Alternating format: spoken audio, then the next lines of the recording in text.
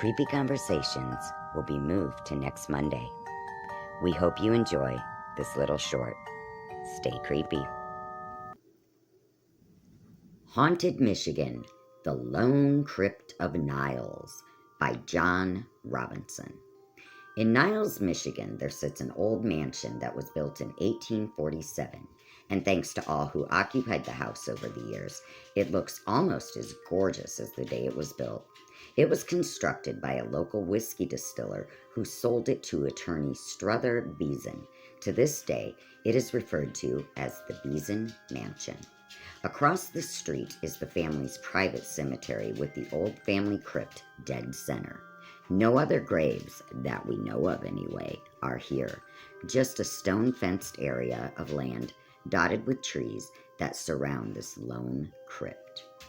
Strother built the tomb across the street as a final resting place for his mother, complete with exquisite marble, in an area that was well kept, almost like a small park, with flower urns and fine groundskeeping.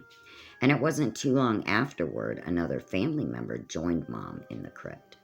Strother's son and daughter-in-law, William and Harriet, had a son, Jacob Withrow Beeson, born in 1869. 1 year later, the baby died. He was placed inside the crypt alongside his grandmother. End of story? Not by a long shot. Harriet Beeson was so overcome with grief that her mental state took a nosedive. Every night she would go into the crypt and treat the deceased infant as if he were still alive. She would put clean diapers on him every night, give him baths, rock him, and somehow even feed him.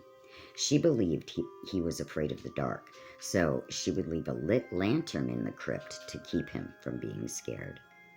There wasn't much Strother could do about this, and he didn't try to dissuade her from her nightly rituals.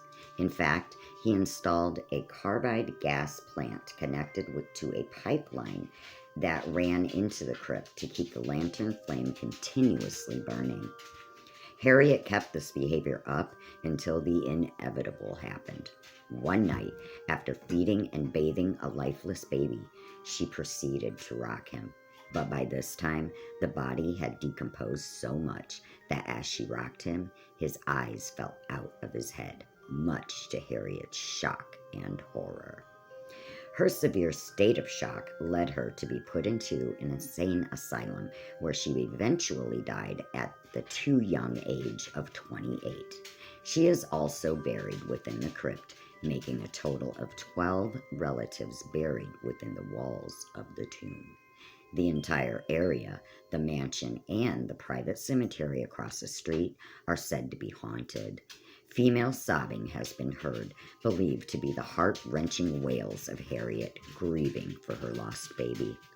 Some think the ghost of the infant himself haunts the grounds. This is one of the more bizarre tales in haunted Michigan lore, and it seems to be more true than usual, although relatives of the family attempt to downplay it to keep trespassers away, and who can blame them? The mansion and the cemetery are indeed privately owned, but you can still drive by and take pictures. It's located at 1507 Bond Street in Niles, Michigan, and is easily seen from the road. So, what do you guys think? Are you up for a spooky little night checking out the Beeson Mansion? If so, and you go, comment below. Let us know about it. Until next time, stay creepy.